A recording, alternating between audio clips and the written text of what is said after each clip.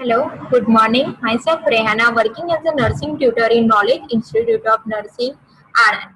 So today in Child Health Nursing, we will see about gestational age assessment. So we have already seen assessment of newborn. So in that there were four steps. That is immediate assessment with Apgar score, then transitional assessment, then physical assessment, and the last is this gestational age assessment. So today we will see about gestational age assessment. So first is introduction.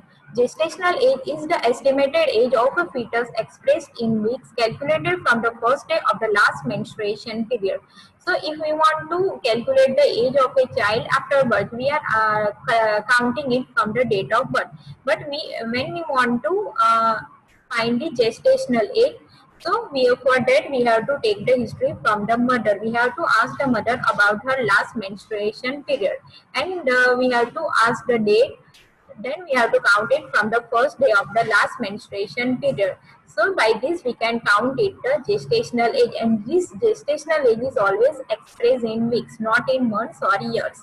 Then based on gestational age, each neonate is classified as preterm, term and postterm. So when the gestational age is less than 37 weeks, then the neonate is called as preterm neonate. Then when the gestation age is 39 to 41 weeks, then the neonate is called as term neonate. And when the age is more than 42 weeks, then the neonate is called as postterm neonate. Then gestational age assessment. Gestational age can be assessed by three methods. So we can assess this gestational age by three methods. First is by collecting menstruation history. Then second is prenatal ultrasonography. Means during pregnancy, we can check the mother gestational age by USG. Then third is postnatal maturational examination. Gestational age assessment, a method to determine the gestational age is a new Ballard scale. So one scale that is for assessing the gestational age. The name of the scale is New Ballard scale, and this scale was proposed by Dr. Jenny L. Ballard in 1991. In NBS, we are assessing 6 external physical signs and 6 neuromuscular signs of maturity. Assessment of gestational age from 20 to 44 weeks, and the score ranges from -10 to +50. Then optimal time for assessment if is from birth to 90 hours. We can assess this gestational age within after birth to 90 hours, means 3 days and 7 hours. This is the table for new Ballard scoring. This is for neuromuscular maturity criteria, and this is for physical maturity criteria. So in neuromuscular maturity criteria, there are 6 components we have to assess. That is, first is posture, then square window, then arm recoil, then fourth is popliteal angle, fifth is start sign, and sixth is heel to ear. So in posture, you have to observe in the supine position at rest. Score is assigned based on the degree of flexion of arms, knees and hips. Increased flexion and hip adduction with increased gestational age. So for checking the posture, you have to place the baby on a plane surface in supine position. Then you have to check the degree of flexion. You have to check the degree of flexion of free arms, knees and hips. If it is flexed, then you have to give the score 4. And if the baby is lying in totally supine position, then you have to give score 0. Likewise, you have to also give score 1, 2 and 3. Then next is square window. So infant's hand is flexed on the forearm between the thumb and index finger of the examiner. So we have to hold the infant's arm with index finger and thumb. Then we have to apply pressure to get full flexion without rotating the wrist.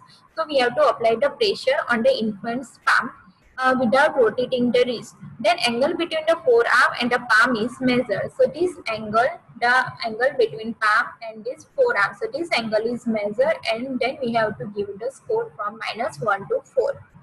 Then arm recoil. So this maneuver focuses on passive flexure tone of the biceps muscle by measuring the angle of recoil following very brief extension of the upper extremity.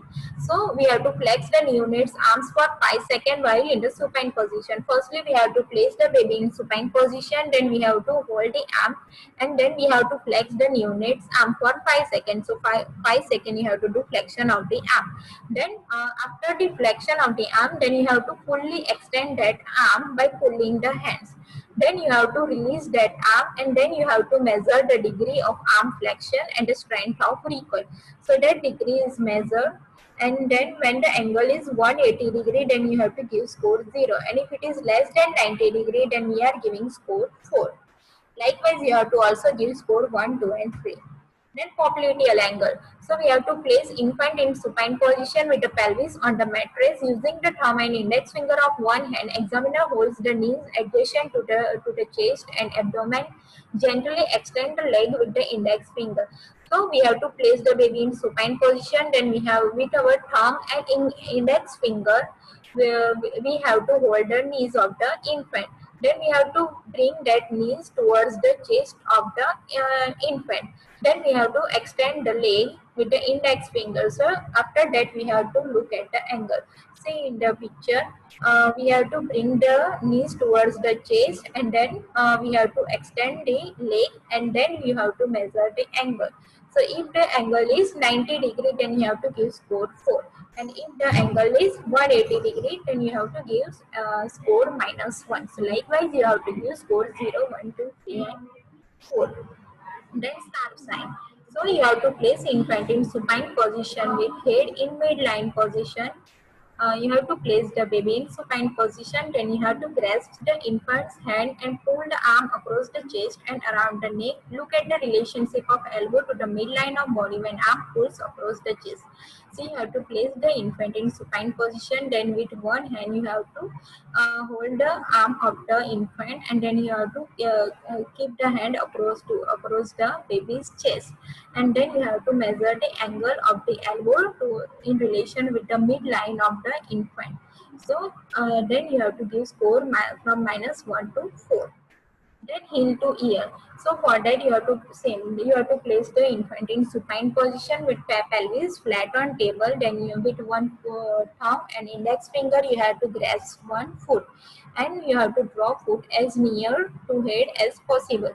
So see in this picture, you with one hand with one index finger and thumb you have to take the legs up near to the ear. Then you have to measure the angle between this upper leg and lower leg, and then you have to give score -1, 0, 1, 2, 3 and 4. Then physical maturity. So in physical maturity criteria, you will assess these 6 components, that is skin, lanugo, plantar surface, breast, eye, ear and genitalia. So in skin, you have to see that whether the skin is transparent or not, then whether the veins are visible or not. Then you have to also see the increasing subcutaneous tissue. So when the skin is sticky and friable, then you have to give score -1. Then when the skin is gelatinous, you have to give score 0. Then when the skin visible veins are there, then you have to give score 1.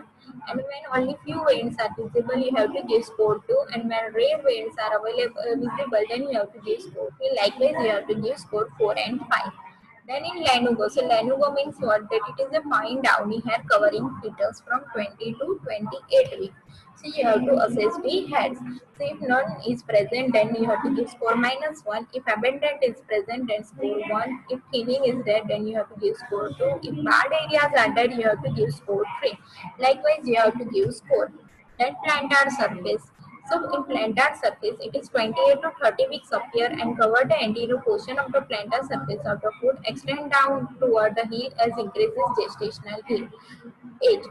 After 12 hours, sole creases are not valid indicator of gestational age due to drying of the skin. So in plantar surface, we have to assess these creases. So if my 50 mm and no creases are present, then you have to give score 0. And if red marks are there, you have to give score 1. And likewise, you have to give score 2, 3 and 4. Then in breast, you will assess the areola and nodule. That is, by 40 weeks, the nodule is 10 mm. So you have to assess this nodule in breast. Then in eyes and ear, we have to see that whether eyelids are closed or fused, or tightly fused or loosely fused, and you have to also check the pinna. If pinna is folded, and you have to check the recoil of the pinna. Then you have to give score -1 to 5.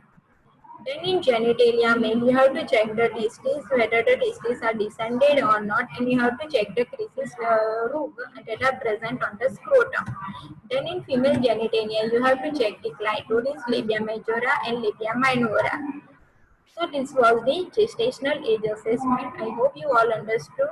In next video, we will see about immediate newborn care.